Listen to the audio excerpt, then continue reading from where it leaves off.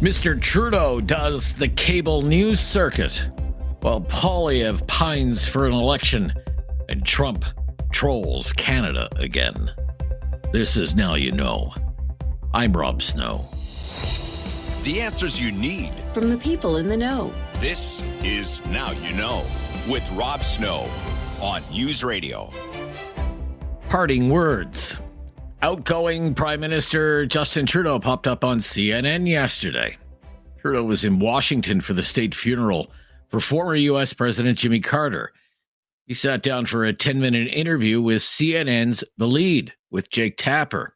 Tapper's first question was about the wildfires in California. Trudeau said he's been in touch with the governor of California, that Canada is offering assistance, and he blamed those fires on climate change. I think, unfortunately, over the past years, we've seen it get far worse, and we've seen wildfires increasingly encroaching on urban areas. And that's an interface fire where we're having to train up more local municipal firefighters to deal with wildfires in a way that we never had before. I've been back and forth texting with Governor Newsom. We've offered a tremendous amount of equipment that they're already accepting. There's expertise. There's things that we're having to do to deal with together as we, of course, respond to these fires, but also know that climate change means they're going to get steadily worse, and we have to keep stepping up on fighting climate change, too. Then it was on to one of the big topics of the week, and Donald Trump's remarks about Canada becoming the 51st state. Trudeau noted he didn't speak with Donald Trump at Carter's funeral, and then repeated that Canada would never become part of the United States. That's not going to happen. Canadians are incredibly proud of being Canadian. One of the ways we define ourselves most easily is, well, we're not American. There is such a depth of pride that's not actually an issue. What I think is happening in this is President Trump, who's a very skillful negotiator, is getting people to be somewhat distracted by that conversation, to take away from the conversation around 25% tariffs on oil and gas and electricity and steel and aluminum and lumber and concrete, and everything the American consumers buy from Canada is suddenly going to get a lot more expensive if he moves forward on these tariffs. And that's something that I think we need to be focusing on a little bit more. Trudeau denied that the election of Donald Trump had anything to do with his decision to resign. He then went on to explain what he believes has led to his declining popularity. That's what it is. But when you get I was going to say conflagration, but at least an intersection of both right-wing policy, right-wing attacks and social media, you end up with a lot of misinformation, disinformation, and responsible governments have to stay focused on the policies that are making a difference, and that's what we've been doing. In addition to the CNN interview, Mr. Trudeau also recorded an interview with MSNBC that will air on Sunday. While Trudeau was doing the rounds of the cable news networks, U.S. President-elect Donald Trump was holding court with a Fox News reporter at Mar-a-Lago. Trump again went after Justin Trudeau and Canada.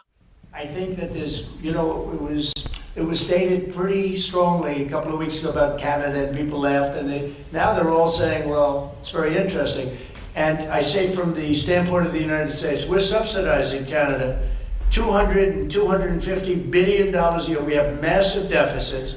They've taken about 20% of our car business. I'd rather do it here. We could put tariffs on that. We don't have tariffs on them yet, but that will happen. But they've taken about 20% of our car business. I'd rather have it done in Detroit or have it done in South Carolina or any other state that does cars, and we have a lot of them. We don't need Canada for that. We don't need Canada for lumber because we have big forests that we have, not utilized. In some cases, they're protected, which I can take that protection off. And you take down a tree and you grow a better tree, and that's, pretty common. But we don't need anything. We don't need their fuel. We don't need their energy. We don't need their oil and gas. We don't need anything that they have.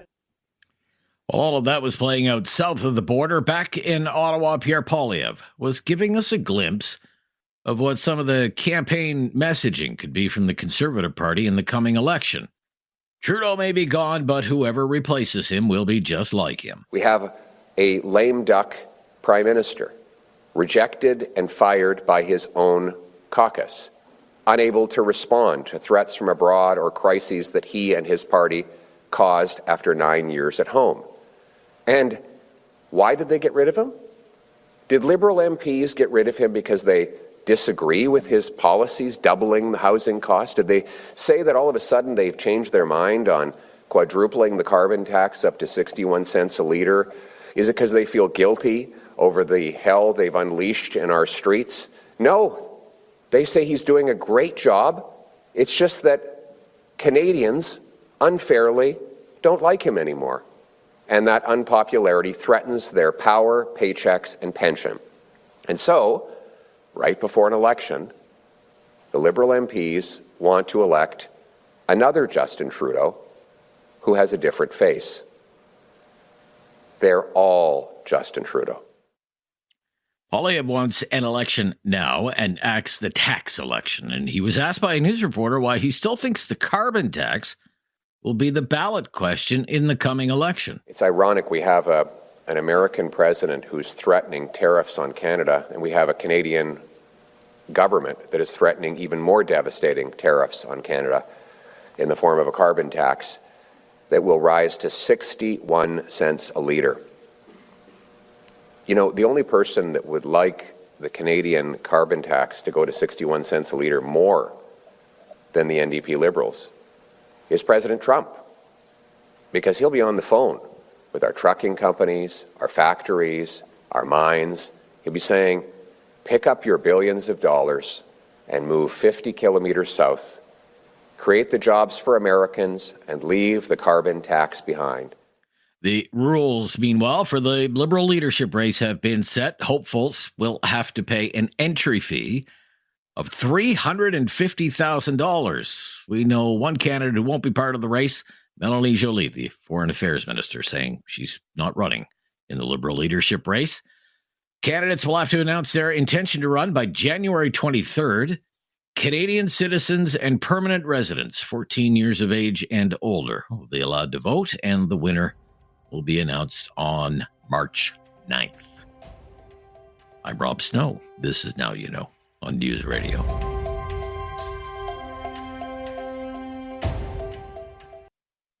You have questions. Now You Know with Rob Snow has the answers. On News Radio.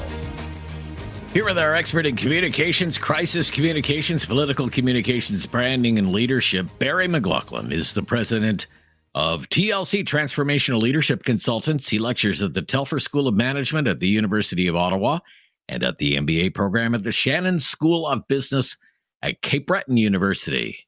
Welcome back. Thank you. Great to be here. A beautiful day. Big week, Barry. It was a big week. So Mr. Trudeau announced his intention to resign on Monday. It's kind of a blur since then. He did take some questions from the press gallery on Monday, but for weeks, really, refused any interviews with any Canadian news outlets. And then yesterday, while he was in Washington, he did an interview with Jake Tapper on CNN. And we know he did an interview with MSNBC that they'll air on Sunday. What do you think of Mr. Trudeau's media strategy? And what did you think of some of his answers to Jake Tapper? Yeah. Well, I guess, first of all, his annoyance and, attitude towards the media has probably hit a low point. I mean, for him, usually he requires them or, getting friendly interviews and so on. And boy, those have been really absent in recent weeks for sure. I think half it is he didn't know what else to say. He hadn't figured out quite a number of things. He hadn't suggested any rules for the leadership. He hadn't really he was dancing around whether he was not going to resign in the first place. So he didn't have a lot to say. And I guess one of the rules of communications is if you really don't know what you're going to say, stop doing media interviews until you figure it out. So okay. I guess I can't really fault him for that. Secondly, he knows his priority, of course, is the U.S. He's got to make his case. He's not going to, partially to Trump, although Trump seems to have a mind closed about the issue of tariffs. But even all the ridiculousness of what Trump's been saying about 51st state and all that, I think he has chosen to keep his focus on the tariff issue and not engage that one fully. The more you engage it, the more you make it newsworthy, the more you keep it in play as a reality, potential reality. So I think he's doing the right thing by keeping the focus on the tariffs and on the nature of our relationship and how this would actually be a backward step for both countries. So that's clearly what he was doing in that interview, and the one coming up on the weekend on CNBC. Yeah. I don't fault him for going on cable news. Some people are, I can imagine there are people in the press gallery who are annoyed, who had year-end interviews scheduled and whatnot. And he hasn't been doing interviews, and all of a sudden he'll do an interview with Jake Tapper on CNN. He's still the prime minister. We still face this great threat to our economy. He should be in the United States making the pitch. I guess I would question maybe the forum. For example, Doug Ford knows, well, the Trump people are watching Fox News. I'm going on Fox News.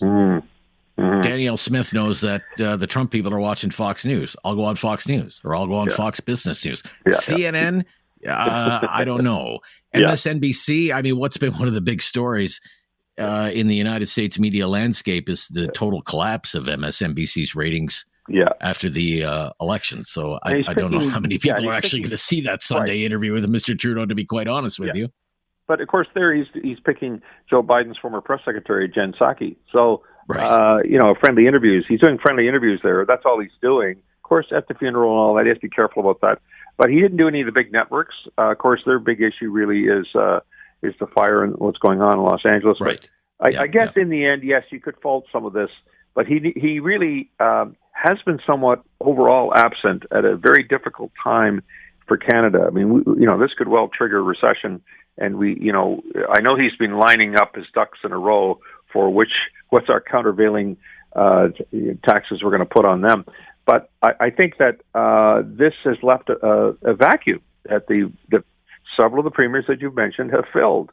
And it's a strange time to have the vacuum. It was just a combination of factors. I also think he wanted to push back on the idea that Trump was the cause of his resignation. So you saw that part in the Jake Tapper interview on CNN. He wanted to squash that one fast. Yeah. Do you think he could have done more? Because this is another criticism primarily in social media circles about his interview on CNN, that he could have done more to perhaps explain the Canadian identity or how Canadians view themselves vis-a-vis the United States, other than saying, well, we're not American. Yeah, that was kind of strange. It got all the sound bites, of course. That was the sound bite of the whole thing. But, we've always had trouble defining that publicly, and we always sound a little bit ethereal and not quite planted on Earth. So I think that he did dodge that somewhat. He really did not show his obvious feelings he has with regard to Trump and what he's been doing. He decided to sheathe the sword on that one and try to promote the win-win positivity of the relationship, and what a shame to be damaging it. That's what he's decided strategically to do. It's not a bad thing, because really, if you decide right now to start saying all kinds of things about Trump and the unfairness of all that and everything else, and aren't we wonderful in Canada compared to the United States, all that is just salt in the wounds. I don't think it would be helpful. Okay. When we come back, we now know the rules of the Liberal leadership race. We'll ask Barry about that and what the ballot question might be if there is to be an election, say, sometime in the next 2 months. I'm Rob Snow here with Barry McLoughlin from TLC, Transformational Leadership Consultants. And this is News Radio. No question goes unasked or unanswered. Now You Know with Rob Snow returns on News Radio.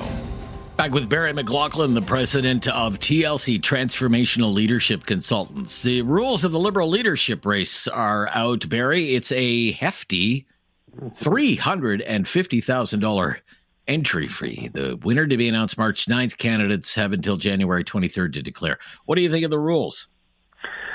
I think they're doing the right thing. I mean, the candidates that would flock into it with, a nickel and a half and suddenly I'm a candidate for the leadership would just crowd the stages, would just really not be helpful to a properly focused, very short leadership race. So I think that it's getting rid of that kind of clutter that does happen in a number of leadership races. I know it's a high bar in a short period of time, but if you're not serious, if you've not had or do not have the capacity to raise the funds, you really shouldn't be in the race, because these are expensive races. and it's got to be serious candidates. So I understand why they did that, given the very short runway on this whole thing. And then March 9th, wow, well, they know they have to get back into the House by is it March 24th or whatever. So yes, March 24th. Yep. Yeah, that means that's a time to hand over, sort out, organize your the new leader has to organize the 2 weeks. 2 weeks. That's extremely tight to be able to present, to the House their financial situation for the next year. So I think it's given Justin Trudeau left them very little maneuverability. Really, this is a desperation, must do it now or else, and that's what they've decided to do. Yep. And then April 1st, the carbon tax goes up, which is not great. Who wins. Right. Depends who wins. Well, we will see. Yeah. Because on that Pierre point, Poilievre certainly thinks the ballot question in the next election is going to be the carbon tax. Okay? Axe the tax. It's going to be an axe the tax election. I don't necessarily think that that's the case.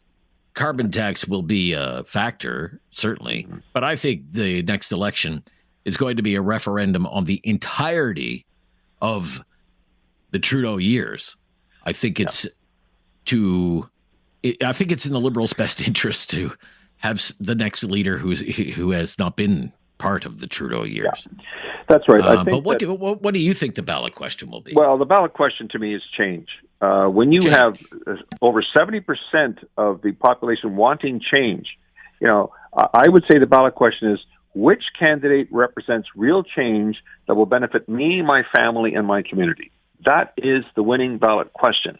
Carbon tax could be taken off the table by any of several of those candidates who will scrap it.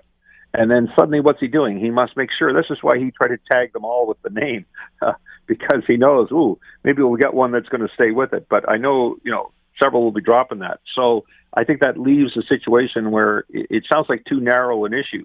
I think change. People want change. And by the way, the Conservatives have spent quite a number of years now hammering every aspect of the Liberals' practices, policies, and actions, and expenditures, and everything else. So it's a wide menu they have to choose from. Right.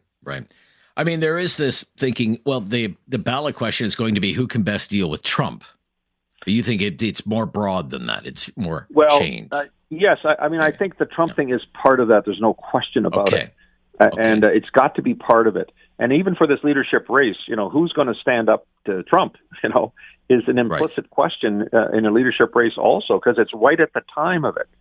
This happens to coincide with it.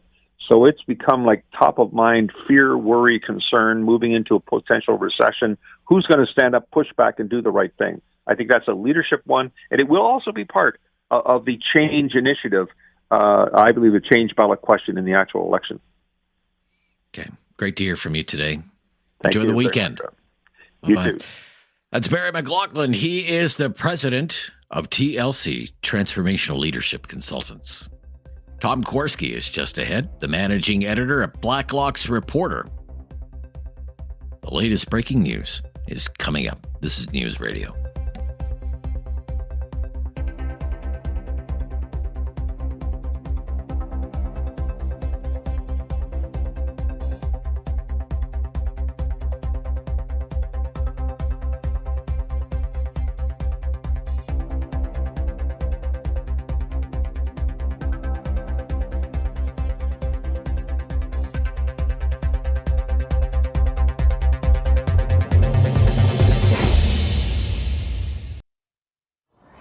Critical thinking is not dead. Now you know with Rob Snow. Returns on News Radio. Well, he's been minding Ottawa's business. Tom Korski's the managing editor of Blacklock's Reporter. Great to hear from you. Well, thank you, Rob. Very interesting series of reports from Blacklock's Reporter this week that we're going to talk about, called the Citizens Digital Initiative. Digital Citizen Initiative. It's your top story at Blacklock's today.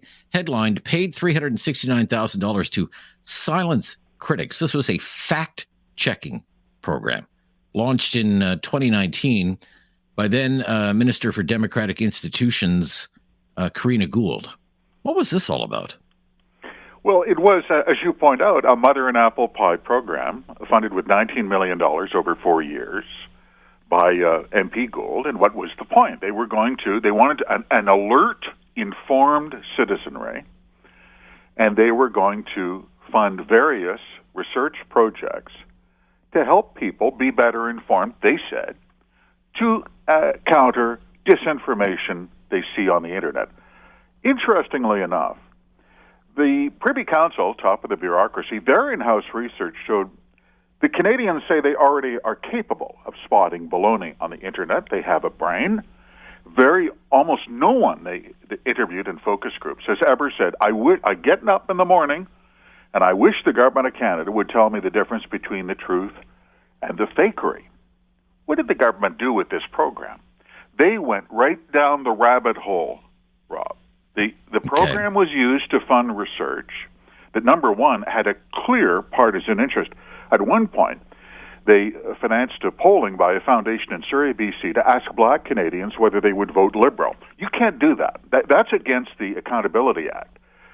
In another circumstance, they paid researchers at Carleton University in Ottawa to hunt and peck for any documentation, anything, that would somehow link the Conservative Party, Libertarians, or the People's Party to German Nazis. Anything will do. And in the most recent story we cite, they funded research that would sought to, using an advocacy group in Ottawa. By the way, this is hundreds of thousands of dollars that went out in payments.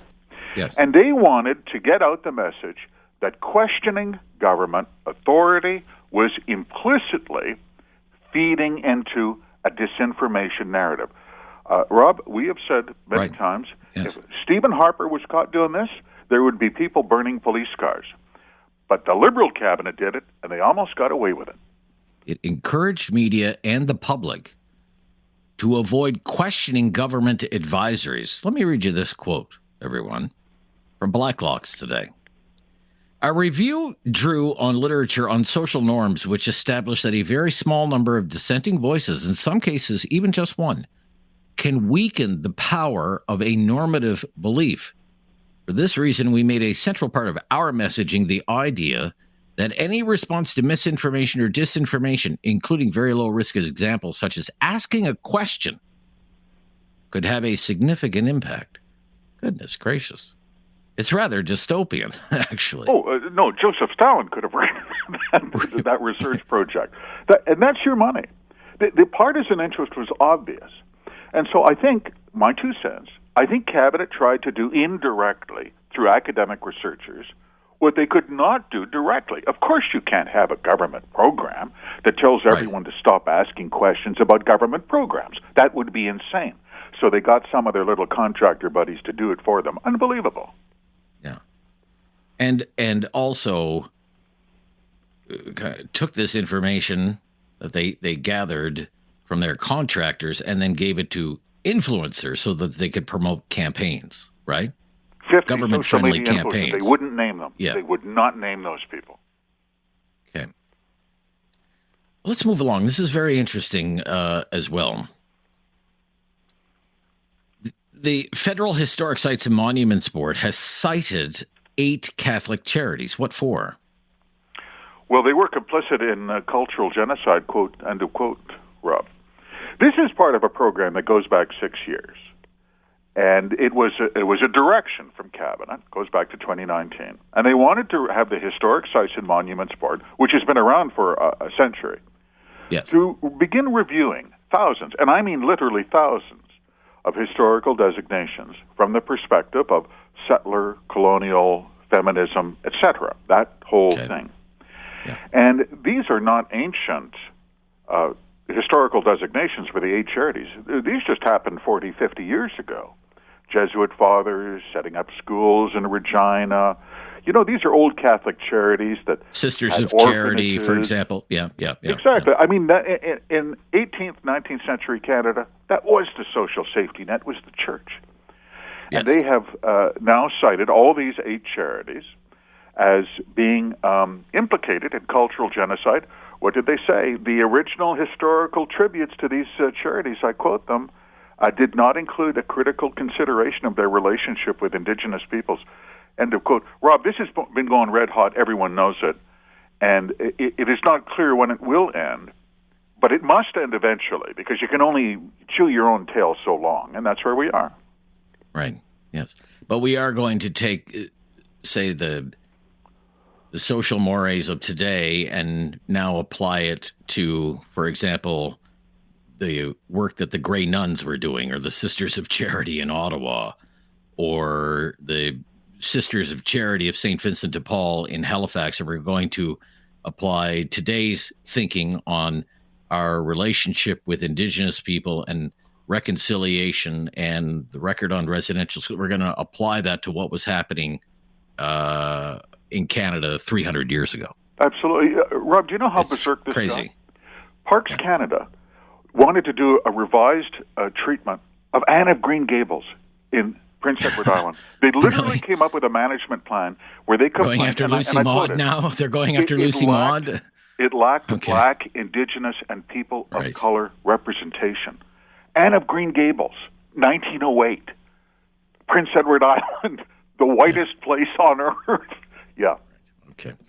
So when we come back, I want to pick your brain on where things stand right now with the capital gains inclusion rate. There was not only was there never a bill passed through the House of Commons, there was never a bill that was even tabled, is my understanding, and yet the Canada Revenue Agency insists that it is going to apply the higher rate of the capital gains inclusion rate. It's mystifying to me. We'll ask Tom Korski about it when we come back. I'm Rob Snow. This is Now You Know on News Radio.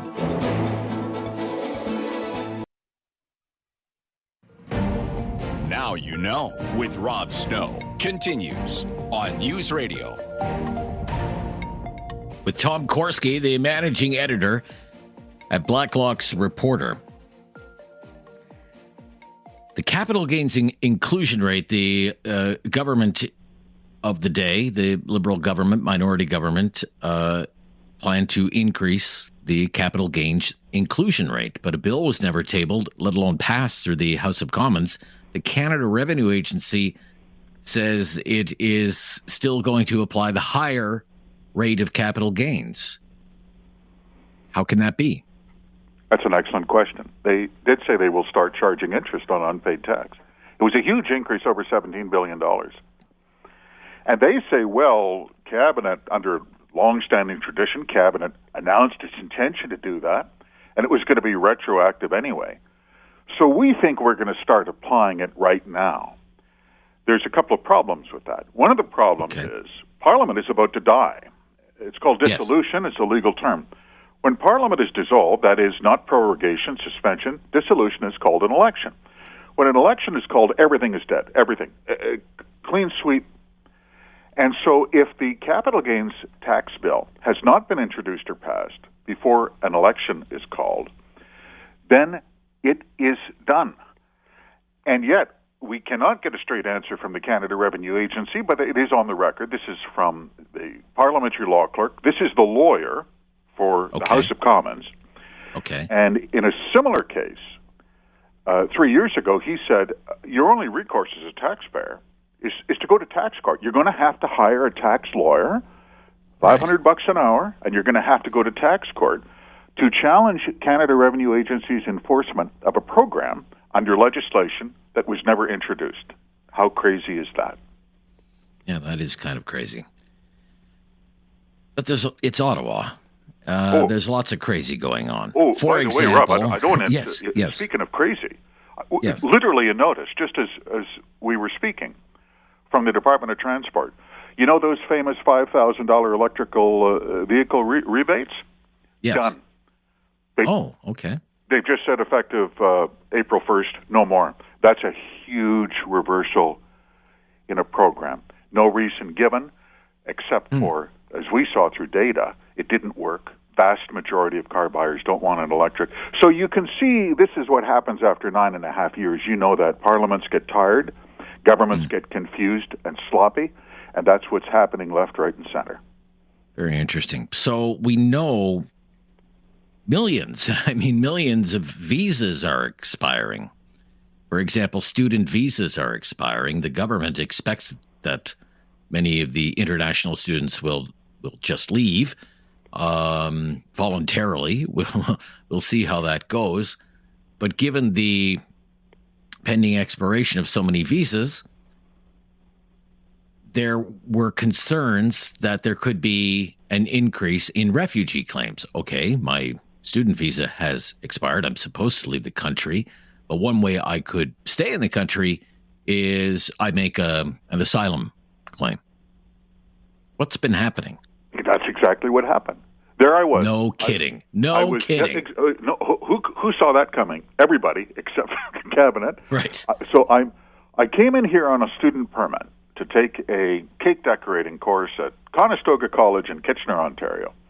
And then I got bored, or the cabinet, as they did, announced an increase or a cap on student permits.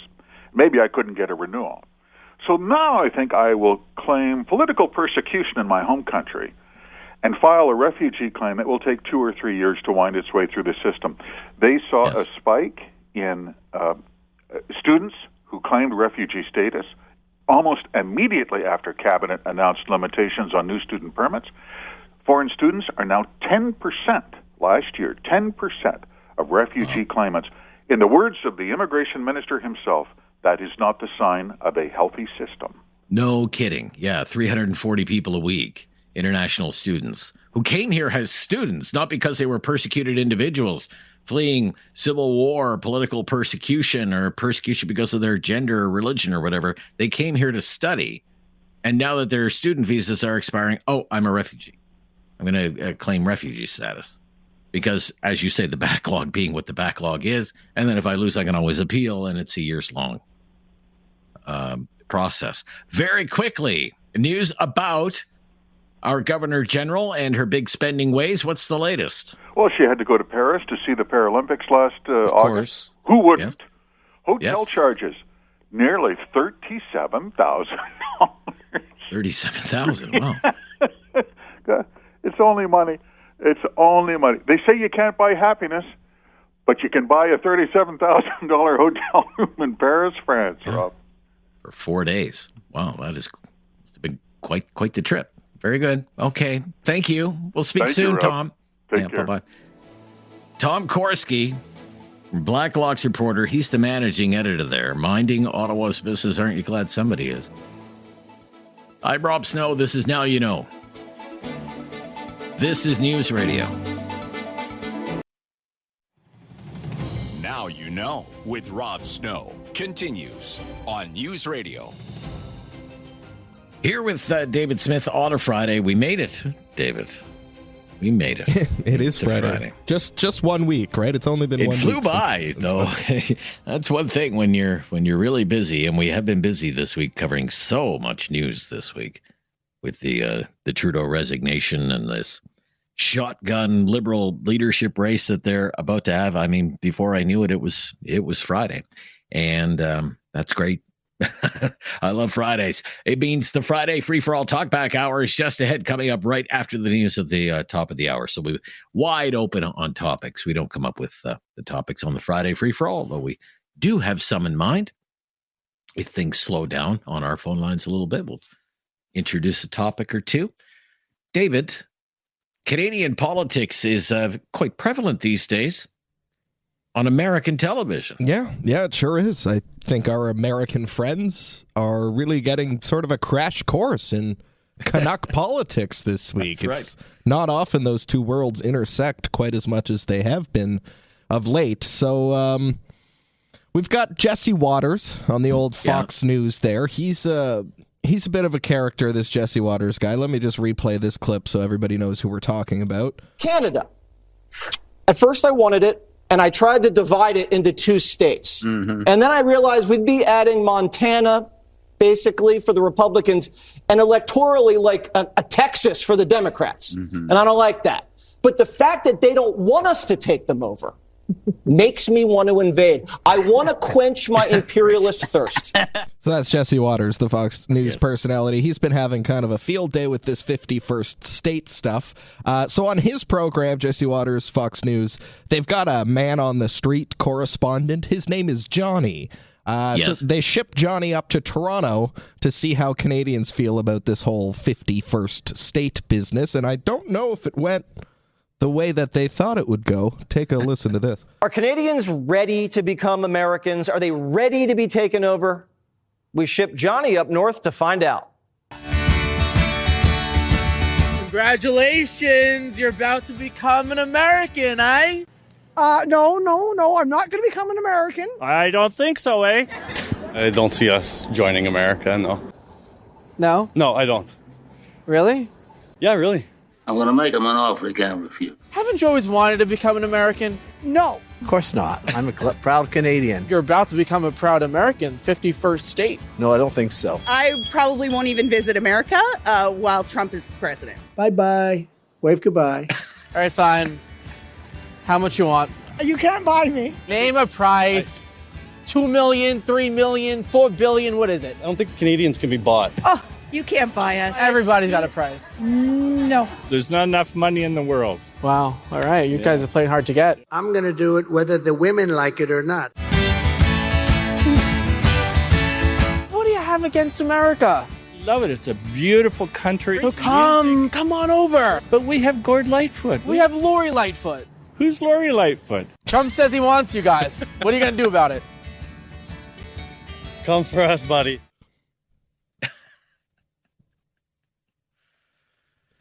Right. Okay. What else, David? Over on The Daily Show, they were doing their research, I guess, about the Conservative Party leader, Pierre Poilievre, who is going to run against Trudeau anyway. They're all trying to piece this all together down there. And, The Daily Show got a crash course on Pierre Poilievre. Take a listen to this. Trudeau didn't resign just to make it easier for Trump to take over Canada. The fact is he resigned because he's very unpopular now. And if he ran again, he'd have to face this guy, Pierre Poilievre. He's the leader of the Conservative Party. And based on this interview, he's a pretty intimidating dude.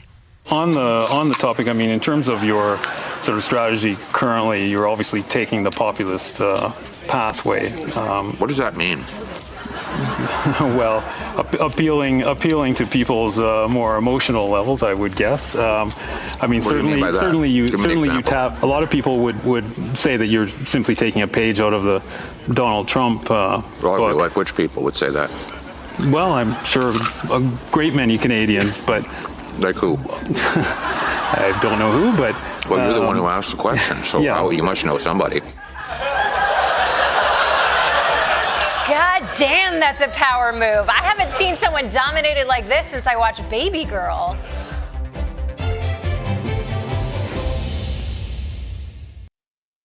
It's time to talk back. On Now You Know with Rob Snow. Call now. And have your say. 1-833-668-2577. Welcome to Talkback. 2 hours of debate and discussion on the big issues of the day. And today it is the Friday Free-for-All. So that means we're wide open. We don't come up with the topics during the Friday Free-for-All. We leave that job up to you. What do you want to talk about?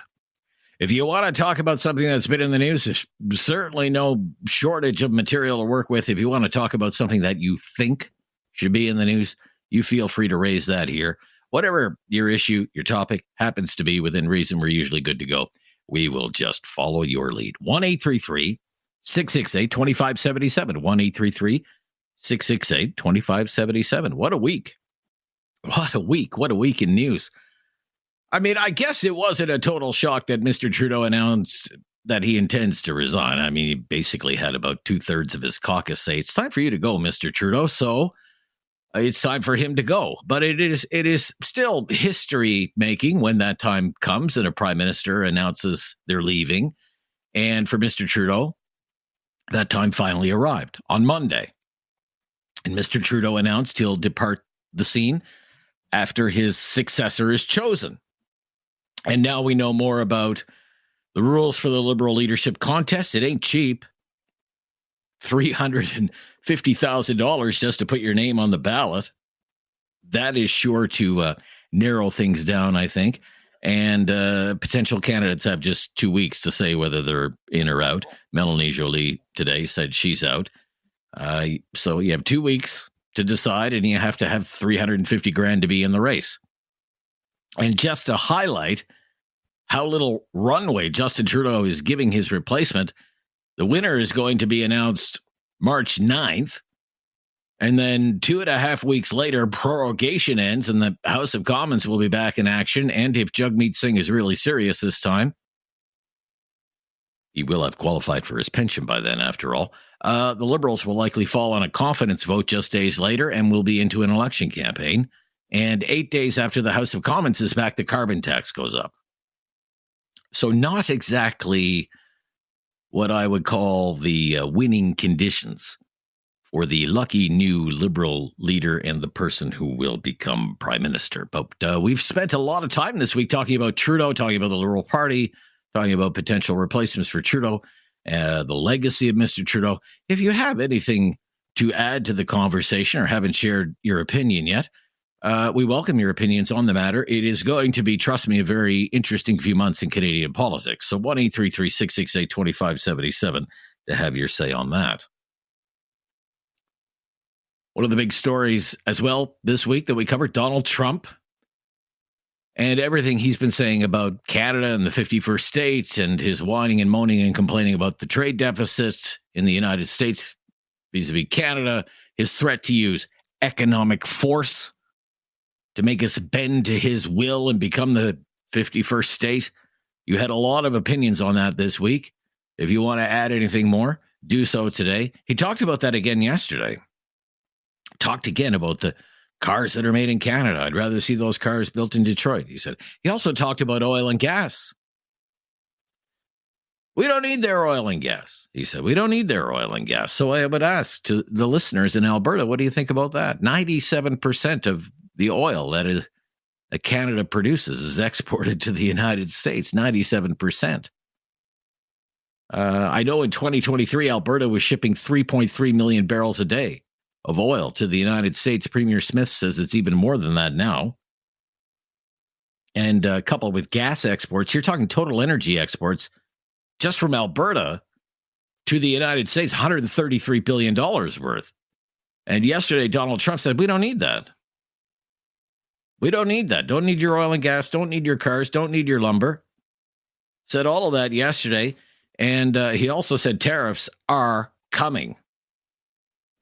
And he keeps saying what a great 51st state we would make. What do you make of it all? We can jump back into that topic if you want to at 1-833-668-2577. And we always like to introduce at least one topic on Friday, just to kind of get the conversation going. Today, here's what we're thinking. Harper versus Trudeau.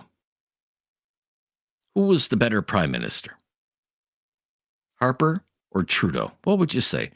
Stephen Harper was prime minister for 9 years and 271 days from February of 2006 until November of 2015. Justin Trudeau has been prime minister for 9 years and 67 days.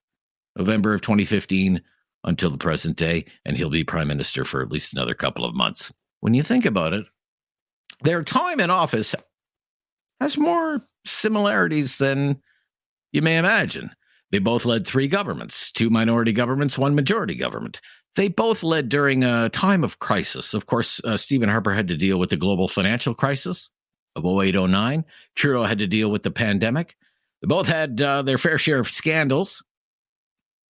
Harper had the expense scandal of some of his Senate appointments, like Mike Duffy, Don Meredith, another senator turned out to be a scumbag.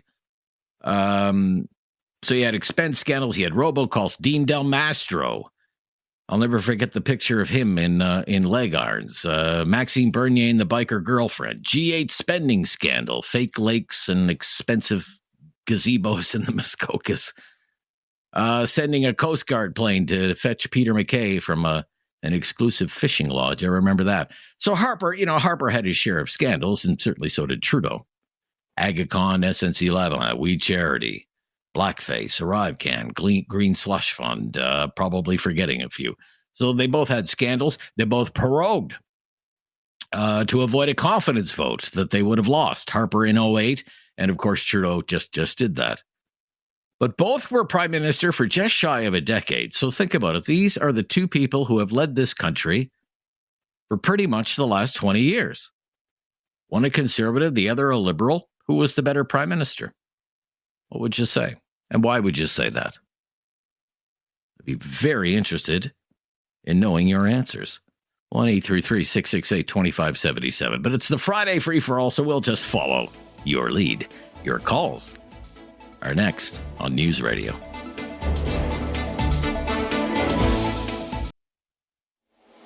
Have something on your mind you want everyone to know? Call now. Hello. 1-833-668-2577. It's Talkback on Now You Know with Rob Snow. Friday free-for-all Talkback. Open line, open topic today. Al in Alberta. What do you want to talk about, Al? You're up first today. Go ahead. How are you, sir? I'm good, Al. I'm a couple years older than you, but I grew up in Saskatchewan under Tommy Douglas. I moved to Alberta under Manning. The two only, you're talking about Harper and Trudeau. The only two honest politicians I ever heard of were those two men, and they were damn good politicians. But they kept their finger out of the pot and did a good job. The other thing I wanted to talk about, seeing you're on free-for-all, is at the G7 summit at Kananaskis this coming year, it's going to be one guy short because the Canadian law doesn't allow a convicted felon to come into a meeting, does it? I'm not sure of the customs. I suppose that, are they really, if Donald Trump wants to come to Canada, you think they're going to deny him entry to the President of the United States? Well, the thing is, a convicted felon is a convicted felon. Is there not a Canadian law that bars them? I believe the law hidden the other way. A convicted felon is not allowed in the U.S., so I don't know. Anyway. Right. You have a good one, sir. Yeah. Okay, thank you. Thank you, Al. Okay. Eric is in Halifax today. Hi, Eric. Hey, how you doing this afternoon, Rob? I'm good, Eric. If I had $350,000, I would give it to you so you can run for prime minister. Right, okay. Yeah. If you gave me $350,000, I wouldn't be spending it on running for prime minister, I'm afraid. And David could be your deputy prime minister, and Andrea could be the finance minister. Okay, all right. Okay, now listen, all joking aside, I'm getting away from the politics. This is the biggest week in the NFL, and I'm going to throw these out to you, and if you want to come back and say what you want to say, I'll listen to you. The Chargers to beat Houston in the wild card. Pittsburgh to upset the Ravens. No way. And the Bills to demolish Denver. That leaves us to the divisional round. Kansas City, they had a streak of 15-0, and guess who's the only team that knocked them off? Not sure. Can't remember. Buffalo Bills. Oh, Buffalo Bills. Yeah, you're right. Back at the Buffalo Bills. And that beat Kansas City and the Eagles in the Super Bowl. What do you think about all those projections? I only care about one game this weekend. There are so many games I can't even follow it, and I'm kind of wrapped up in the college football. I watched college football last night, and I'm going to watch it again tonight. There's only one game that I want to watch this weekend because I'm a long-suffering Denver Broncos fan. They haven't been in the playoffs since 2015 when they won it all, Super Bowl 50 with Peyton Manning. But I agree with, I don't think they're going to get demolished because the Broncos defense is really, really good. But they're in tough. They're in tough against Buffalo. Buffalo's I think they're an 8-point favorite. I could see Buffalo winning by 14, actually. I give them 2 touchdowns. CBS, who I find is very, very good in sports, they figured Denver might scare the Buffalo Bills. Oh, yeah. Yeah. You have to remember, the Broncos almost beat Kansas City this year. They marched it right down the field for a last-minute field goal, and then Kansas City blocked the field goal. But Anyway, we'll see what happens. I mean, the Broncos weren't even supposed to make the playoffs at the beginning of the year. They've got a rookie quarterback. It would be a huge upset. So, I mean, that's the game I'm most interested in. But I'm going to move along. I could talk football for the next 2 hours, but I won't. Let's go to Cape Breton Island. Michael is there. Hi, Michael. How are you doing today, Mr. Snow? I'm good, Michael. Thank you, sir. That's go ahead. Good, buddy. You made a statement there earlier. Your first caller was being on the money as far as classy politicians go. Tommy Douglas and Mr. Manning, for what they represented. I was glad to hear that. That made my day. But you made a statement there about somebody informed you that Singh was waiting for his pension. Well, I just want to inform you, that little pension is not going to make that much difference in his life. He's a multimillionaire. Mm-hmm. He's a multimillionaire, so, people that got that illusion in their head that he's just waiting for time for his pension, then he's going to disappear, well, they're in for a shocker. If I could be as strong as Mr. Singh was through some of the traumatic experiences that he experienced in the last couple of years, I'd stand up and say, boy, I'd like to be a man like that. But just apologize for you and I, Rob. Over 150 years in this country, and we can't produce or haven't got a leader that can step up right now and answer this crisis that's facing this country from south of the border in that Antichrist Donald Trump. It's pretty sad. If that's not a reminder for people to wake up and see that we do have another option in this country to vote. Perhaps. And it's not perhaps if the other option, perhaps if Mr. Singh had maybe grown a spine 6 months ago, the country wouldn't find itself in this position. The Liberals would have been defeated already. There would have been an election, and there would have been a new government in place with a new mandate to negotiate with Donald Trump. Oh, I agree with you on that one. But you asked who was the better prime minister between Harper and Trudeau?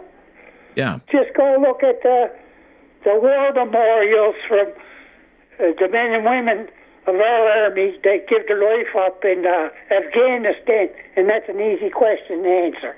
I'll talk to you later, buddy. Thank you. All right. Okay. All right. We have to stop here. Let's go to... oh, yes, we are stopping. Okay. Friday. 21 minutes after. Be right back. It's Friday Free-for-All. Yes, it is. Here on News Radio. Have something on your mind you want everyone to know? Call now. Hello. 1-833-668-2577. It's Talkback on Now You Know with Rob Snow. So Friday Free-for-All Talkback Hour, so we're wide open. Pick a topic, we'll roll with it. Let's go to Luke in Calgary. Hi, Luke. Hey, Rob. I wanted, the Harper versus Trudeau was, I think Harper won, didn't he? Okay. He went through. Why would you say that? Sorry, yeah, he went through the financial crisis, and our dollar improved because he didn't print money like crazy, right? We came out of that. I think we came out of the financial crisis. We were one of the best off in the G7. The Canadian dollar was I think it was better than the American dollar for a bit there. He reduced GST from 7% to 5%, and anybody that sold their home in the last 10 years has appreciated a 2% break on that. Any scandals he went through, they weren't as many, and they didn't end up as bad as all the ones that Trudeau's gone through. I don't understand how it's even a debate. Huh? No. Okay. Not even a debate, in your opinion, that Stephen Harper was a better prime minister than Justin Trudeau. Oh, absolutely. I don't know. Okay. But yeah, anyways. All right, you make some good points. We'll throw it out there as a topic of discussion today, Luke. Good to hear from you today in Calgary. Let's go to Tara. You're on the air, Tara, on the Friday Free-for-All. What do you want to talk about today? Hi there. My topic's a little bit messy. I apologize ahead of time. I will try and keep it PC. I'd love to talk about the fecal matter in our parks and on our sidewalks and how people are not picking up after their pets. Okay. And how bad is it then, Tara? It's disgusting. If you go to Sue Higgins Southland Dog Park, every 10 steps, but we have bins, like every 20 feet there are dog bins. And the problem is it leaves a residue which causes fungal infection on the bottom of your dog's paws, which is a vet visit and antibiotics and creams. And it's a whole cycle, not to mention it's bad for the environment.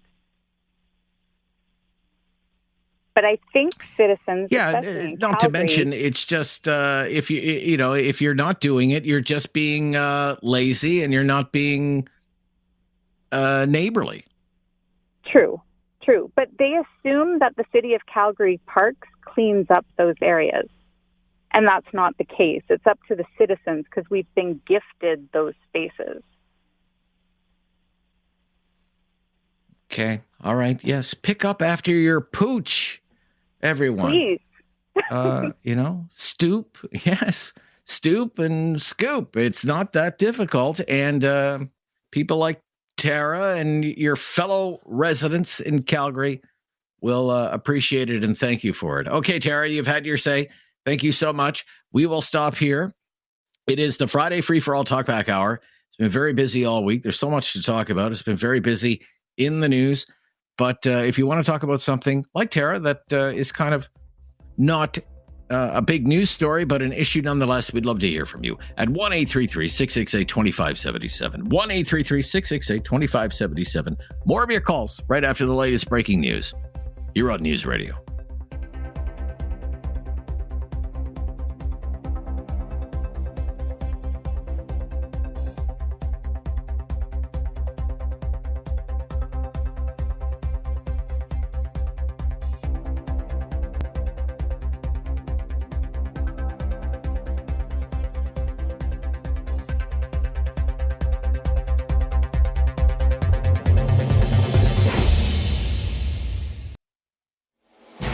Something on your mind you want everyone to know? Call now. Hello. 1-833-668-2577. It's Talkback on Now You Know with Rob Snow.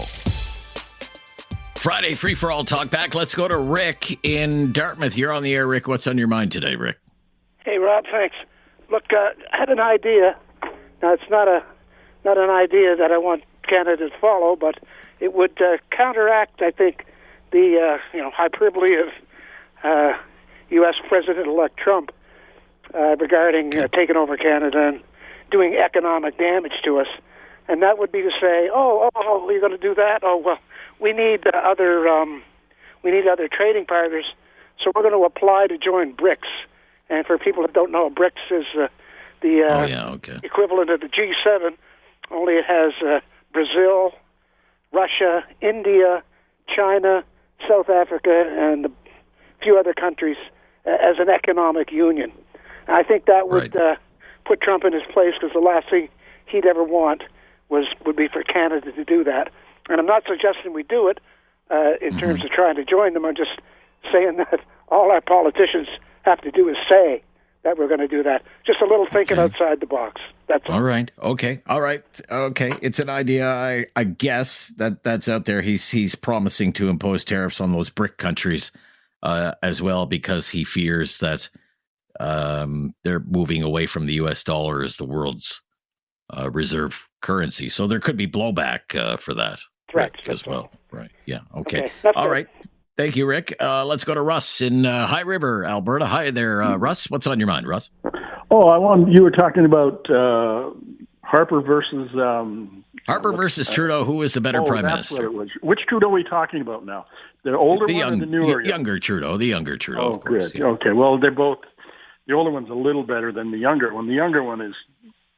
I can even think it's the same conversation. You're talking about a prime minister leftist with a balanced budget, leftist among one of the best regarded countries in the world, and the G7. Now we're so low that they don't even count us anymore anywhere. He's got us $1.2 trillion in debt, and taxes going up all the time. So I don't know how anybody can even consider voting Liberal at any time. Okay, I'm bringing it up, and maybe it's not even a fair fight because we have, the benefit of 10 years to kind of think about Harper and his legacy and the good, the bad, and the ugly of the Stephen Harper years. And, Trudeau just announced his resignation today. I just wonder 10 years from now, will people still feel about Justin Trudeau the same way they do now? Or like so many other prime ministers, will maybe his reputation improve over time?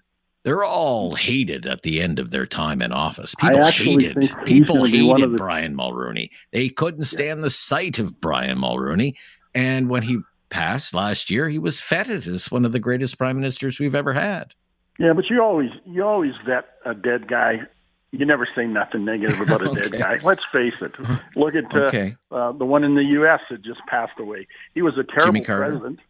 And he was a good man. He only had one term, but at the end, all these good things. Now, he was a good help people out. He was a good and decent man. I will agree with you. Was he a great president? No, he probably wasn't a great president. Had a terrible economy. Inflation was out of control. And what really did him in, I think, was the Iran hostage crisis. Are you talking about, yes, it did. You're Jimmy right. Carter. But you're talking about Trudeau or because I don't even want to consider him a prime minister. He was just a goofy guy that replaced a guy that had been in too long. Okay. And the Liberals had nobody else to pick, and they're paying for it today. They know it because he rewrote all the rules, saying that I'm God and I'm the only one that can do it. And he's still in that la-la world. If you listen to the Democrats in the States, they're still saying, "Oh, it wasn't us. It was a bad communication." Does that sound a lot like our Liberals? The carbon tax is good. We just don't know how to communicate it. People just don't understand. When they get groceries and they pay gas, I hope they remember when they go to vote in the next election, whenever it is in March or April. Just hope people remember. Because Canada is going to be paying for this from your kids' generation over this debt that he's resolved. It's time. He's way past his due date. All right. Gotcha. Loud and clear. Right. Thank you for the call, Russ. To Jay in Kitchener, Ontario. Jay, you're up next here on News Radio on the Friday Free for All Talkback. What's on your mind, Jay? I just want to say that I am, even though it may just be for 1 year, I'm glad that Vlad did sign. And if it's a year-end tour, because he's going to go somewhere else, I hope he doesn't.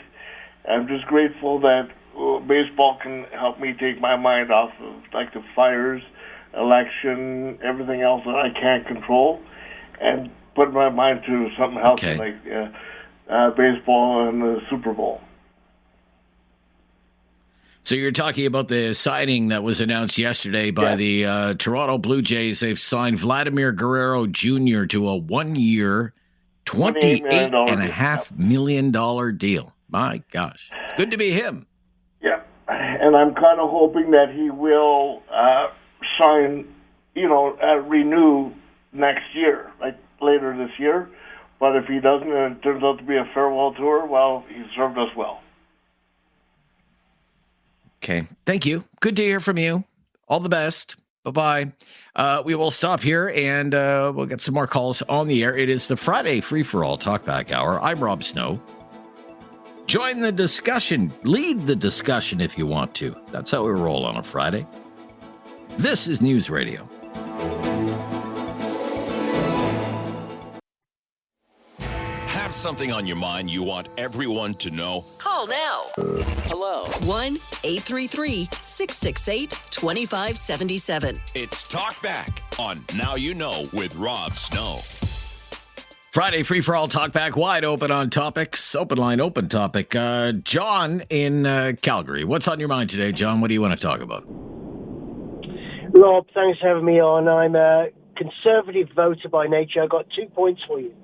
Number one is I'm kind of sick and tired of everybody blaming Justin Trudeau for everything that's going wrong. It should be very clear to people that whilst the Prime Minister, who's now resigned, has probably exceeded his length in time in office. The reality is he is not responsible for many of the things people want to blame him for. And I would simply ask your callers, instead of just starting with it's Justin Trudeau's fault, start by thinking, what is the Prime Minister's control over, that particular topic? And most of the things I hear raised, are not the Prime Minister's fault. I would rather Canadians, of which I consider myself one, to be much more behind the people we have in power. We need them to be successful. So let's stop eye-rolling at everybody who has power and instead get behind people who are trying to do the right thing for the right moment. That's point one, Rob. Okay. Point two. And point two? Point two, with respect to Donald Trump and all the noise, the reality is there's a change coming to democracy, and that democracy is going to be much tougher, much more right-wing, and, that's going to be hard for us. So we've got to settle in to forget the noise, forget the bluster, but get ready for a much more right-wing approach to our nation from abroad. We as Canadians have to be less lazy, more hard-working, forget a bit of the wokeness, but get ready for a much harder world that we're going into. It is not going to be about replacing Donald Trump or, the GOP party. It is about us getting ready for a harder new world order that's coming and let's just say it comes for the next 10 or 20 years. So, I think we've got to stop complaining and stop grumbling and be more ready. Well, I would also say if, say, Canada is following a global trend, and we actually talked about this earlier in the week with one of our columnists, Michael Taube, if Mr. Trudeau is just the latest, say, progressive politician to meet his political demise, why is that happening? Why is that happening? And don't those progressive politicians or progressive governments have any ownership over that for their failure to deliver tangible results for people? It's an interesting question. I think it's the reason we change politicians all the time is because I'm not sure that any of them particularly deliver because the period of time for them to actually deliver is too short. The reality is probably slightly different. The reality is 9 you years. leave somebody in power too long and you realize they can't deliver. And that's what you see with Justin Trudeau. A nice guy, wonderful human, right? But his politics are 20 years behind what we need to be. Yeah, I've met Justin Trudeau probably 3 times, and he's always been a good human. I've no doubt that he's a good human, but the politics that the Liberals are pushing are 20 years behind what Canada actually needs. We've got to be ready for Donald Trump. We've got to be ready for the BRICS comment. It is not helped by navel gazing. Okay. Thank you for sharing your points today. We'll take it into consideration. Yep. Bye-bye. To Cambridge, Dave is on the line, wants to talk about the carbon tax. Go ahead, Dave. Rob, how are you today? I'm fine, Dave. It's almost quitting time for us, so we're good. Great. The carbon tax, I thought, was a fantastic idea the way I interpreted it at the beginning. I actually thought the carbon tax was going to even the playing field between countries that produce a lot of pollution, and that would be, instead of tariffs, that would be they put on the carbon tax so that would even the playing field with countries like ours that have so many pollution controls. So you can't just produce it in China or in Mexico where they have no environmental protections and then expect to sell it in our country for the same price. So I thought that carbon tax was for them, but not us, to penalize us for, say, running your lawnmower, running a gas appliance, or being afford basic things to heat your home in our cold climate. So that's what I misinterpreted the carbon tax. And now this is being shoved down our throat, but not to compete globally, which would have been a great idea. So that was my take on the carbon tax. Well, that's been contemplated. Yeah, that's been contemplated. I mean, you have, say, well, we have the carbon tax, this consumer carbon tax that's going up April 1st to $90 a ton. I think what you're envisioning is more of, I believe the term, I'll just pick a term because I can't remember the exact term, would be more of a carbon duty or almost like a carbon tariff. Okay, if it costs, say, this much to produce a barrel of oil in Canada and it produces, say, this amount of greenhouse gas emissions, we'll have an appropriate whatever carbon levy on that. But we're not going to allow, say, Saudi Arabia or Venezuela or Iran or Nigeria or Algeria or some other oil producing country to import oil into this country at a price that undercuts our domestic production because they don't have a carbon tax. In other words, at the border, we would levy a duty on that imported energy into this country. And that didn't happen, right? Yeah, it's exactly same as factories that produce clothing and little trinkets that you buy from China, things like all products, that everything would be encompassed into that tariff, rather than having a punitive tariff that basically Donald says 25% across the board. You'd have reasons for that. Yeah. I got you. That's interesting. Yeah, very interesting. And that would even the playing field a lot. And another thing. Thank you so much. Good to hear from you. Okay, go ahead. Yes, sure. Another thing was Trudeau. The reason I think why people can't stand Trudeau is his condescending attitude towards Canadians' opinions. He doesn't want to meet with the truckers. He doesn't want to speak to anybody. He sets agendas that most Canadians don't like. And he's really outlived his expiry date because of that. He's just so arrogant. And I think, for me, that's the number one reason. And how he forced everybody to get vaccinated. And I believe he's responsible for that. So that's my take on Trudeau. All right.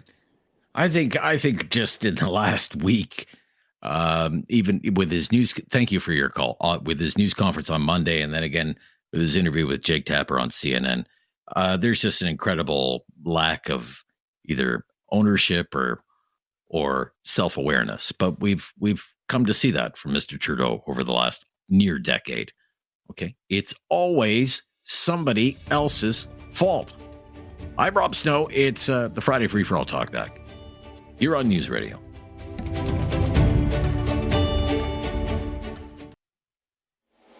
Have something on your mind you want everyone to know? Call now. Hello. 1-833-668-2577. It's Talkback on Now You Know with Rob Snow.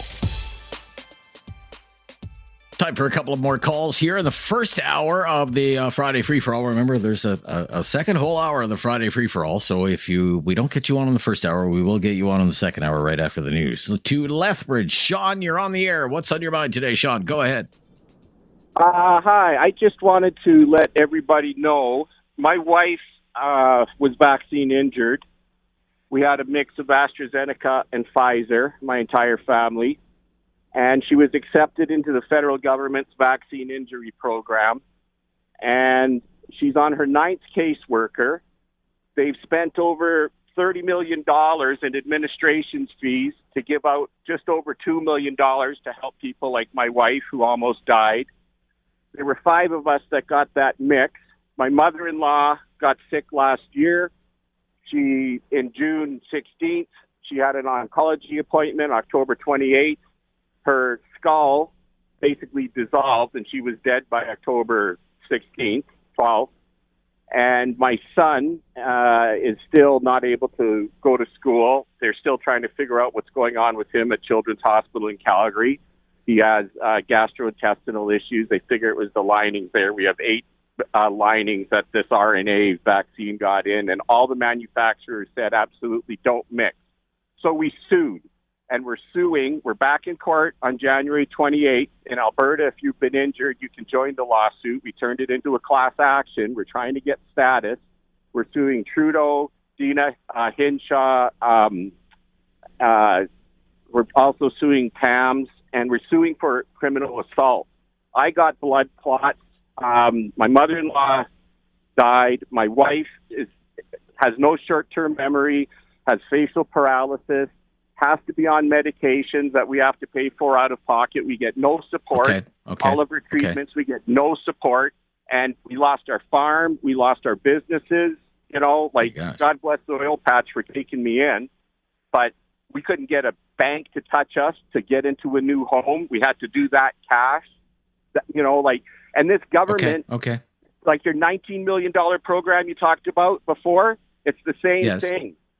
It's the same thing. They just have stolen from us blind, and it's hurt so many people. Okay. So through this, just very quickly, 30 seconds or less, have you ever received any compensation whatsoever? They adjudicated my wife, and yes, they did give her a partial settlement for the least of her problems. And now we're on our 9th caseworker working through the appeal. Yeah, we've been through all that. I don't have time to go through all that again. Yeah. Okay, but you have been compensated, but not very much, you're saying. Yeah, so you're exactly. you're pursuing other action. Drugs. I understand it, sir. We're right out of time. I have to run. Thank you so much, though. Okay, bye-bye. We're back right after the news. I'm Rob Snow. It's another full hour of Talkback just ahead here on News Radio.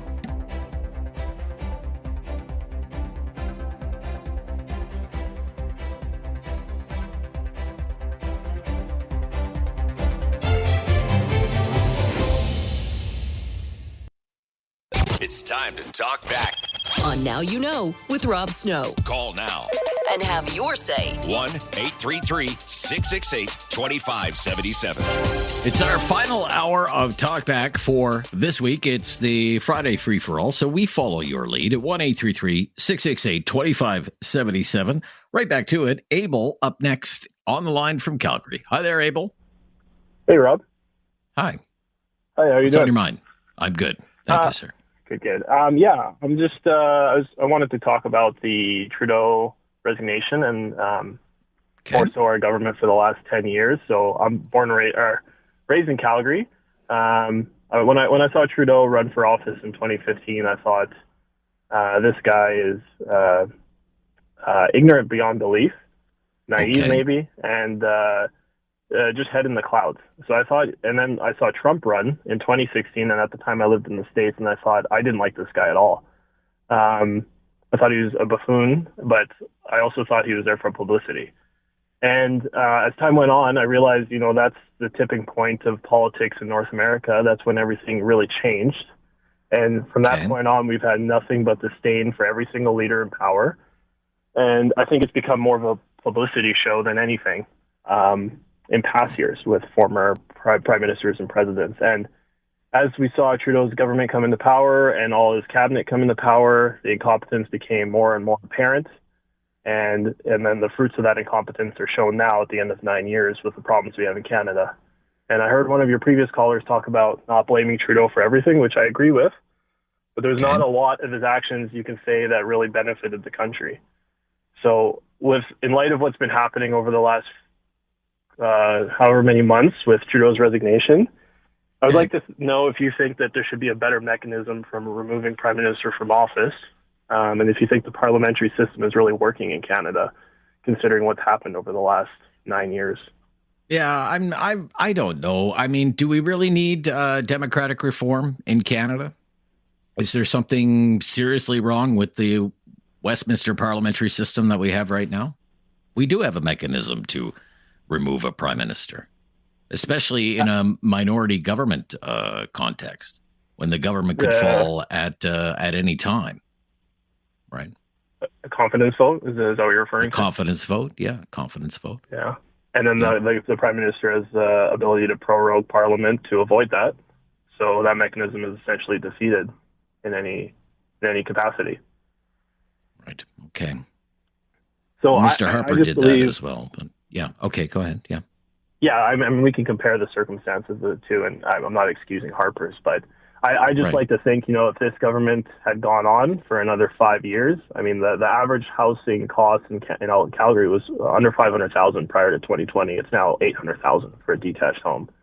I mean, it's completely unsustainable, and I think we could be leading to a much worse position. We're just lucky Canadians are a lot more tolerant and let things happen rather than what I feel like other countries might have done to overthrow their governments, such as Korea or other countries. So you didn't think much of Trudeau from the very start, right? And all your doubts about him, in your opinion, have more or less come true. And you said you thought Donald Trump, in the beginning you were living in the United States, you thought he was a buffoon who was doing it for notoriety, publicity, whatever. Have you, I'm just curious, have you changed your opinion of Donald Trump at all, or do you still feel he's a buffoon and whatnot? Yeah, I mean, I've always looked at anyone that runs. I always look at their economic, their fiscal policies, as well as their social stance, one could say. And I think with Trump, I always resonated with his economic and fiscal policies, but his character has definitely never grown on me. But if you put him against Trudeau, I would vote for Trump in a heartbeat. But I would rather take either.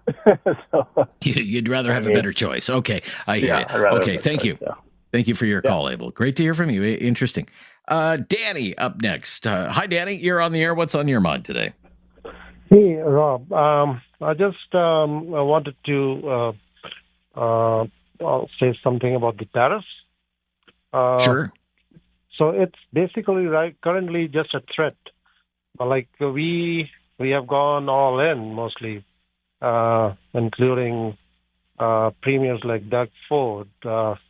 That we'll be retaliating with the tariffs. Part of the problem is our prime minister actually put the ball in the court of premiers to basically kick around anywhere. But the thing is, what I want to say is, when first of all, U.S. is a friendly country to Canada. So there is a personality clash for sure at the top from both the countries. And now let's say if Trump is saying something about the tariffs and we are saying we'll retaliate with it, so the tariffs is mostly going to hurt the manufacturing industry in Canada. And if we put more tariffs on steel, it's double the whammy. You know what I mean? Okay. Right? So it's basically now the input cost is more and you have smaller market. So it's basically hurting the manufacturing industry more. So I don't understand why these guys have to put on retaliatory tariffs. And the other thing, whenever there is conflicts in countries, right, the situation even goes to wars or whatnot. The first thing they talk about is building the trade relations, because trade is considered from ancient time as one of the steps to make friendly, to be friendly, right? Sure. And if one side is bent upon to burn the rope, if you burn from the other side too, the rope burns faster. Okay. So I don't know why there should be talk about retaliatory tariffs at all. Yeah. Okay. Yeah. It's a great point that you raised, and I thank you for your call, Danny. I just wonder, outside of retaliatory tariffs, what is our strategy? I guess I would say, listen to what Professor Ian Lee has been preaching. What he's been really saying is that Canada should go to the United States and say, okay, we hear you. Everything is on the table. A lot of your complaints are not new. They've been the complaints not only of, say, the Trump administration or previous Republican presidents, but Democratic presidents as well. And let's reopen NAFTA or CUSMA or whatever we're calling it right now. And everything in Canada, all of these protected industries, everything's on the table. We have a protected banking industry. You want Bank of America branches all over Canada or Wells Fargo branches all over Canada? Let's talk about opening up the Canadian banking sector, or telecom, of course, another protected industry. The big ones: Verizon, T-Mobile, AT&T, Comcast, whatever. Let's negotiate. Airlines, another protected industry in Canada. And if you want American Airlines, Delta, United, Southwest, more access to the Canadian market, or being able to invest in maybe Canadian airlines, that could be negotiated. And the big one would be agriculture, because that's always on the table, not just with the Americans, but with countries all over the world whenever there's a trade negotiation, specifically supply managed agriculture. And maybe that's coming to an end. Maybe it's curtains for supply-managed agriculture. No more quota systems, marketing boards for dairy farmers, egg farmers, poultry farmers. And Canada would have to compensate those farmers for lost quota. But the market is open, and American farmers can sell their milk and their eggs and their chickens here in Canada, and we can just forget all of this nonsense about the 51st state and someone being governor, and we won't lose any more sleep over that. I'm Rob Snow. This is Now You Know. It's Talkback Friday Free-for-All on News Radio. Have something on your mind you want everyone to know? Call now. Hello. 1-833-668-2577. It's Talkback on Now You Know with Rob Snow. Yes, it is Friday Free-for-All. Talkback, as a matter of fact. Let's go to Wayne. You're on the air, Wayne. What's on your mind today, Wayne? Hi there. Hi, Rob. It's the second time we've talked. Appreciate wanted to go back. Some of the commentary when Stephen Harper first came in, and by the way, I'm been a conservative for a long time, but he inherited a large surplus. And when he left office, he did have a deficit. He wasn't a balanced budget through the public accounts process. It was pretty close, though, right? It was pretty close. It was close. Like a $2 billion deficit or something like that. Yeah, but it wasn't. Yeah. It wasn't balanced. Okay. But the one thing I think that people in the West, or at least Alberta, keep forgetting is that at the time there was all these questions about, or comments that the West wanted in, and during Harper's time frame, he had the opportunity to adjust the equalization formula, and he didn't do it. He had a majority government, and he didn't do it. So when we keep saying we hate equalization because we're paying into it too much, we elected someone that could have done that. That was a conservative, and they didn't. And then to extrapolate beyond that, instead of our current provincial government picking fights over this, that, and everything, why aren't we as Albertans demanding that in the next federal election that the Conservative Party commit to correcting the equalization formula? Yeah, good and fair point. Good and fair point. Yes. That's been one of the big issues that we've always identified, is that we're tired of supporting the rest of the country, but when it comes to a time that we could actually start exercising some of the ability for some political clout, we're not doing it. And so that's where I think we need to kind of refocus. And then the last thing is the same thing. That would be a good question for a news reporter to put to Pierre Poilievre. Okay, Mr. Poilievre, originally from Alberta, has now lived in Ottawa for a long time, but you certainly know the discontent in the West over equalization. If you become prime minister, maybe as soon as this spring, what will you do to address what many feel is a shortchanging of Western Canada? Yeah, it's a very good question to put to him, I think. And I was talking to an MLA that was around at the time, and they had a joint caucus meeting with the federal and the provincial Conservatives, and they said the issue was brought up, but they said it was because they didn't want to lose seats in the eastern provinces. But that's still not, to me, acceptable. And if Albertans really want to push forward on something that's important to them, then that's one of the things that we should be asking our federal politicians when we go to vote this year. Very good. Okay. Great topic. Thank you for raising that. Appreciate it. Wayne in Calgary. Have to stop here. The latest breaking news is coming up next, and then we're in the home stretch of the Friday Free-for-All Talkback here on News Radio.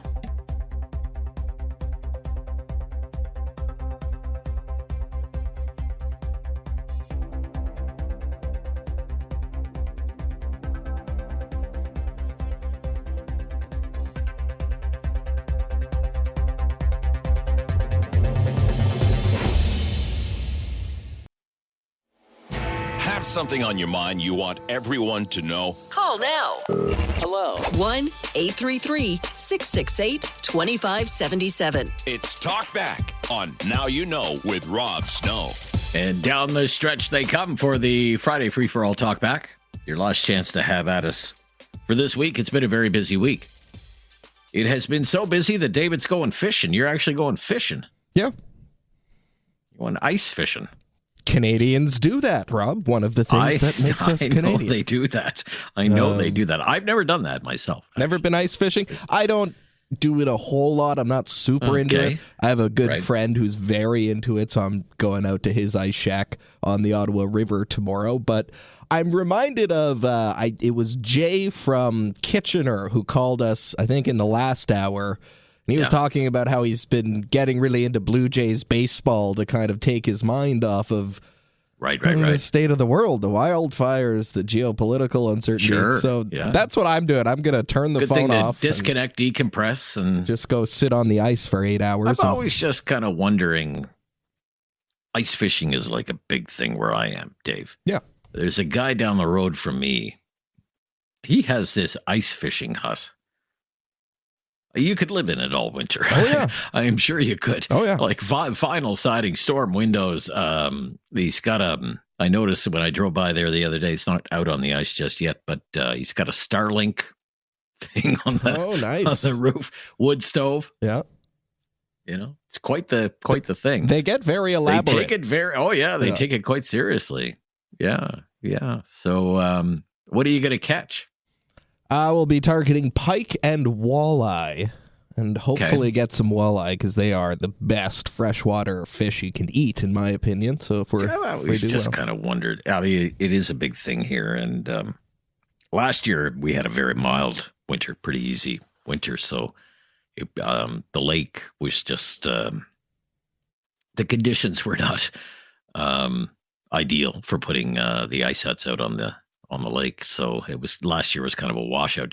Yesterday, lo and behold, I saw my first ice hut of the season out on the lake. So that's what kind of winter it's been so far here in these parts. But they usually have a big fishing derby in these parts as well. Draws a big crowd. People come from all over, and pickup trucks on the lake and ATVs and everything.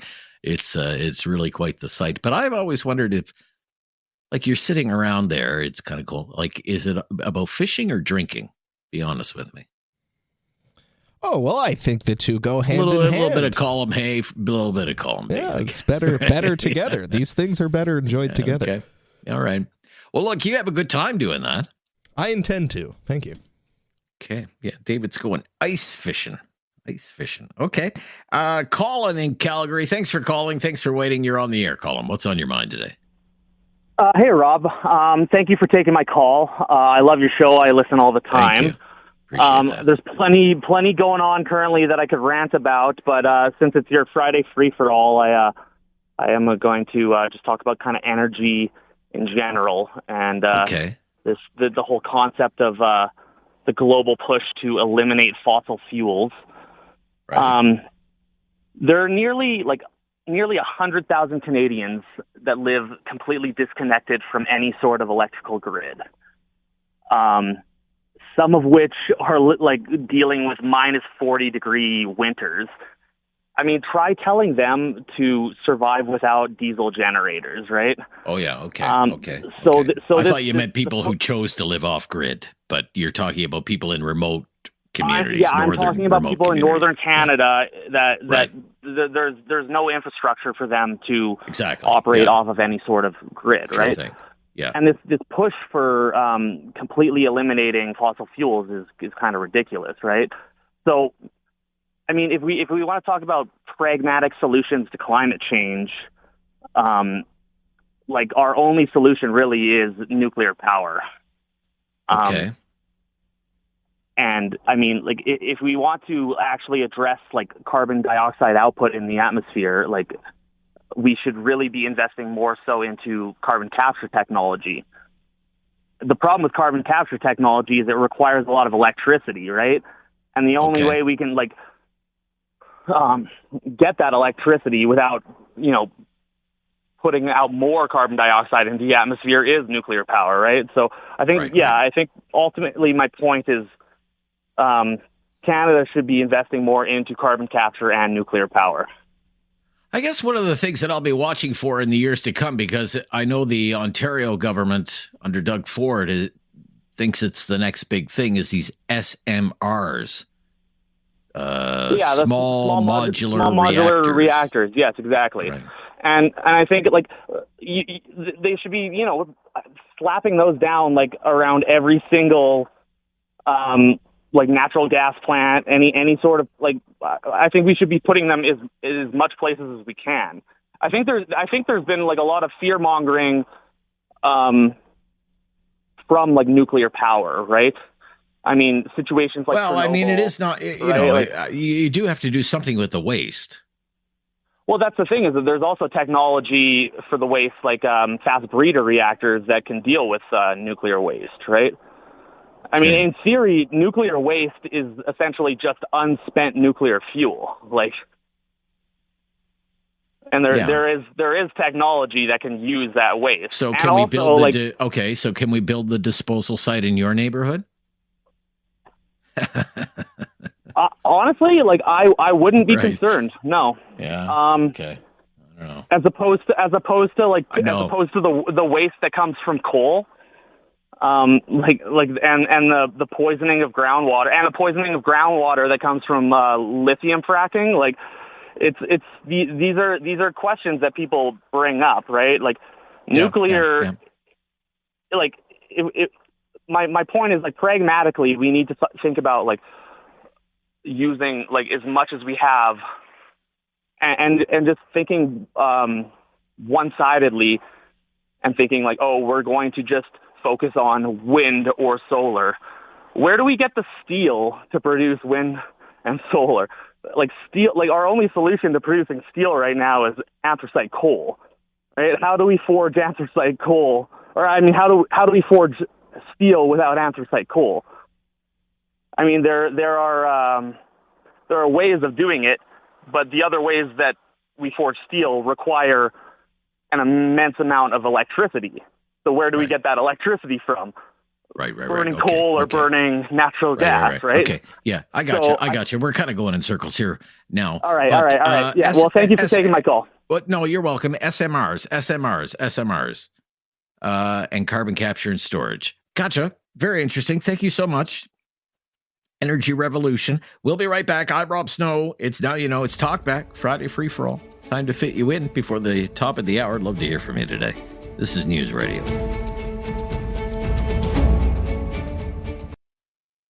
Have something on your mind you want everyone to know? Call now.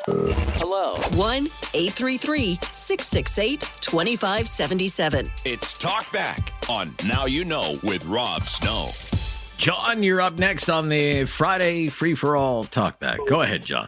What's on your mind? Yeah, I wanted to respond to the caller who is worried about Trump and his economic squeeze on Canada.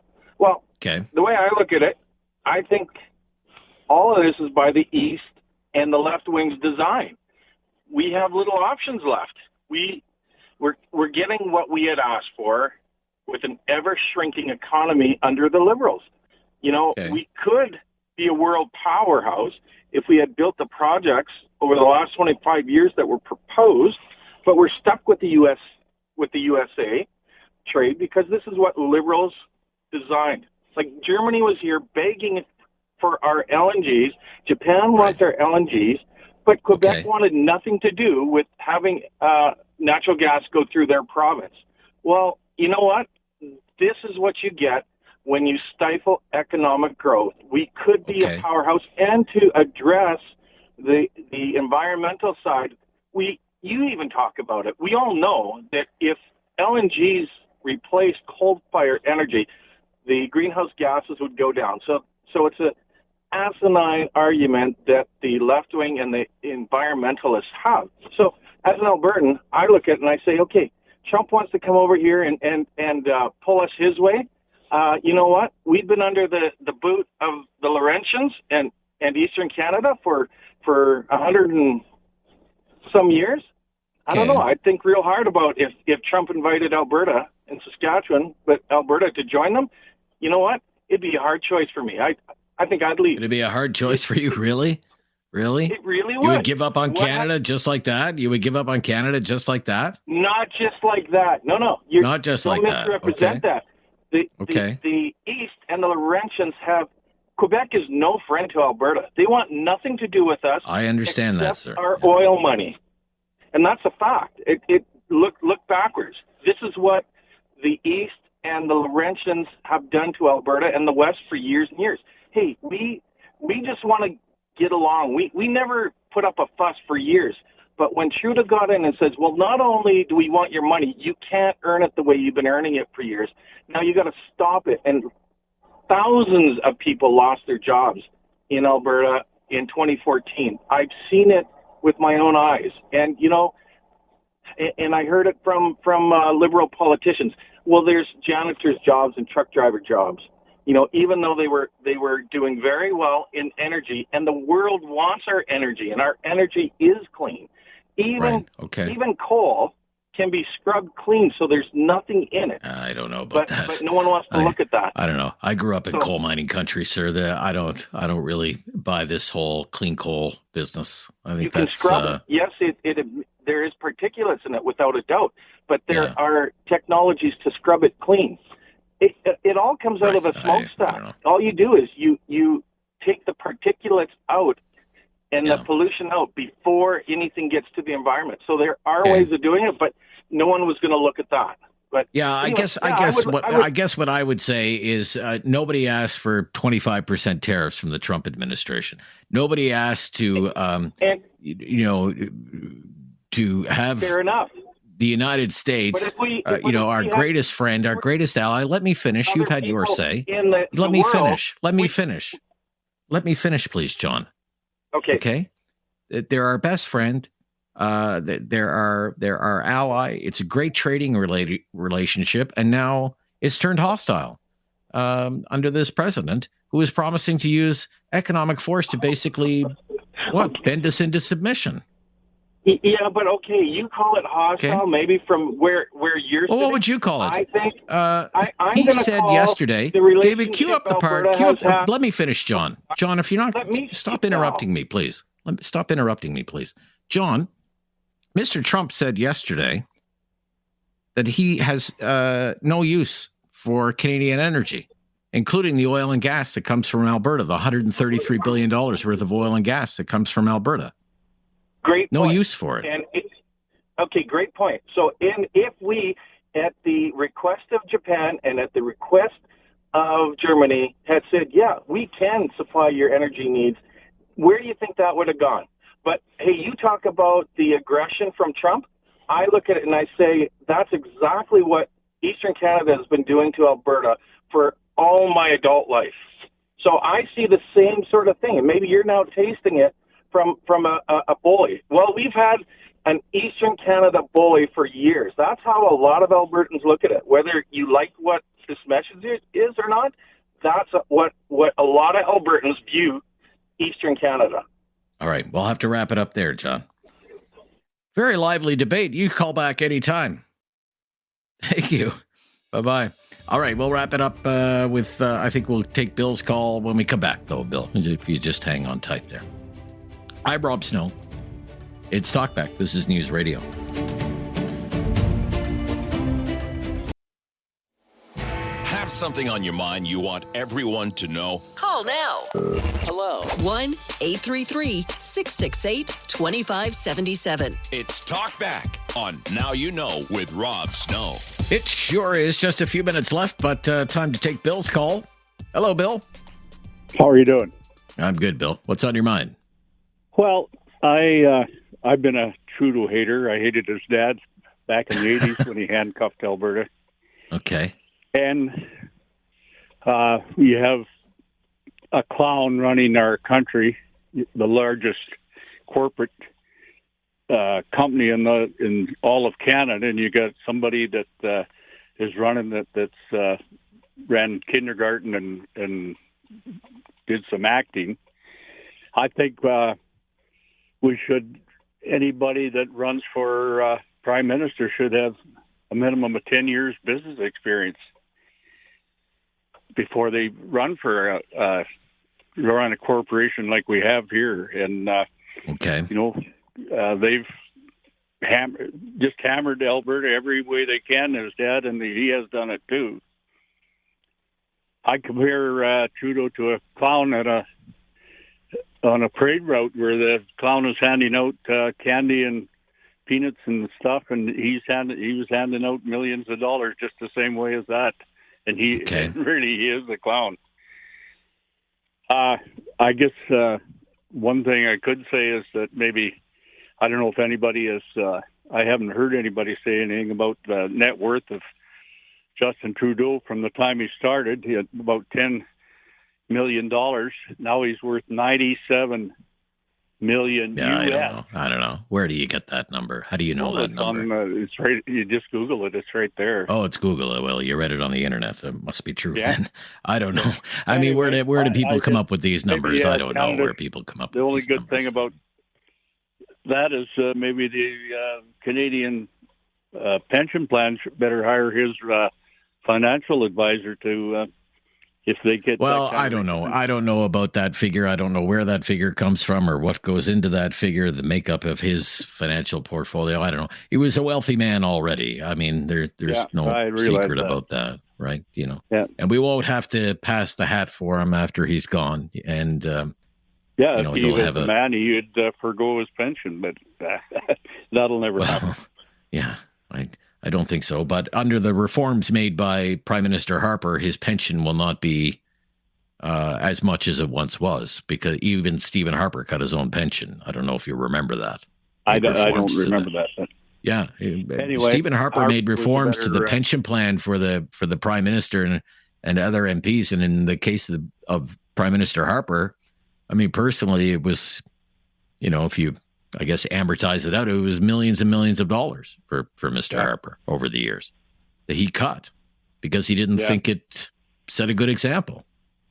Well, he's exactly right. You can't be laying off, cutting programs and laying off public services and closing veterans offices. And then, how does it look if the Prime Minister is taking the same sort of benefits, right? Well, that's exactly right. Yes. Anyway, okay. That's... You feel better now that you've ranted about Justin Trudeau? Do you feel better now? I do. That's good. That's good. I understand. I understand. It can be therapeutic for some people. Yeah. All right. He's still done. And how do you do that without? There's a lot of something under the table that's happened. Well, as they say, sir, there'll be a new leader of the Liberal Party come the 9th of March, and you won't have Justin Trudeau to kick around anymore. What are you going to do then?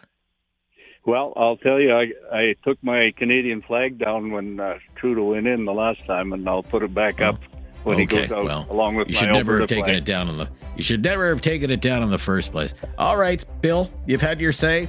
Everyone's had their say. I've had their say. David has had his say. So it's time to wrap things up here. Happy fishing, David. Stay warm. And we'll be back on Monday. The latest breaking news is coming up next. I'm Rob Snow. This is News Radio.